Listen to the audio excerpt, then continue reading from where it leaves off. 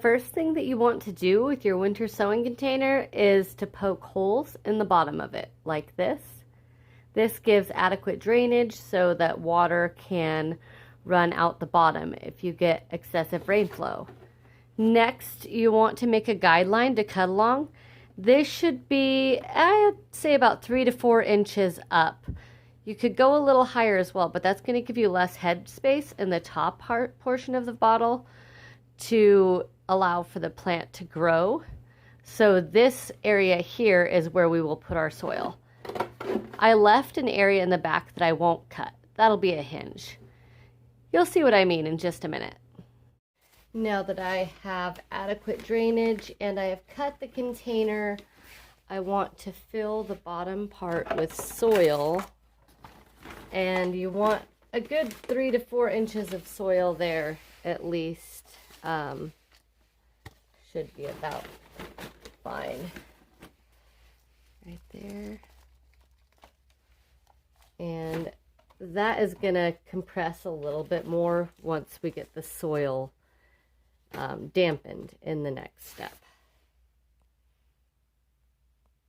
So unless you are an expert in plant identification, or you really enjoy a good mystery, I would recommend labeling your winter sowing jugs. That way you know just what you've planted. I found out last year that Sharpies do not work for this. They don't hold up.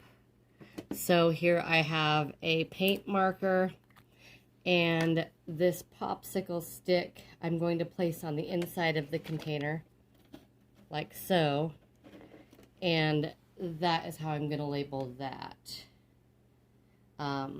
Those are wood burned on there. I have horrible writing with the wood burner, but that will hold up better than ink or the permanent markers like I attempted last year. All right, now that the winter sowing container is properly labeled and we have drainage, we've moistened the soil, and I've got a little backup marker in here that is wood burned, we are going to put our seeds in there.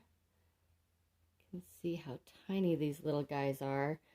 I'm just going to pick them up and kind of sprinkle them over the top of the soil, trying to spread them out across it as best as I can so that there's some spacing in there and I can separate things out a little later. All right, we will thin those later, and we have one last step to do.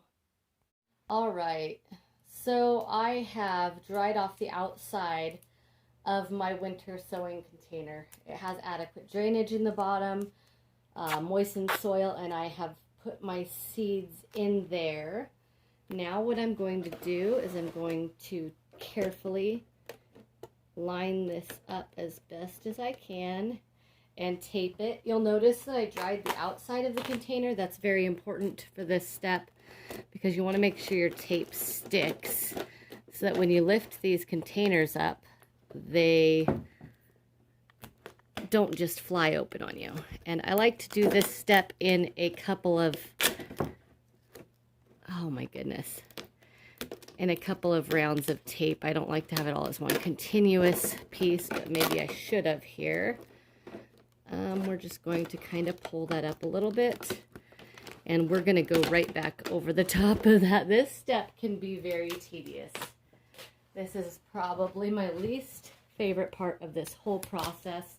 This time I'm going to actually rip the tape off ahead of time like I should have done the first time around. Here you get the pleasure of learning from my mistakes. All right, get good adhesion there and bring that around. Okay. And you just want to kind of press that to make sure that you're getting contact with the container continuously. Like I said, you don't want to lift this up later and have it fall apart on you. And you should be able to lift these containers up by the handle if you tape them well enough. If you don't want to chance that, you can carry them from underneath to be on the safe side. But you can see I don't even have the tape all the way around it, and it's holding up pretty well. So I'm just going to put a couple more pieces on there, and then we will call it good. I don't think that you need a full video to see how to tape your container. All right, I will check back with you when we get some action on these.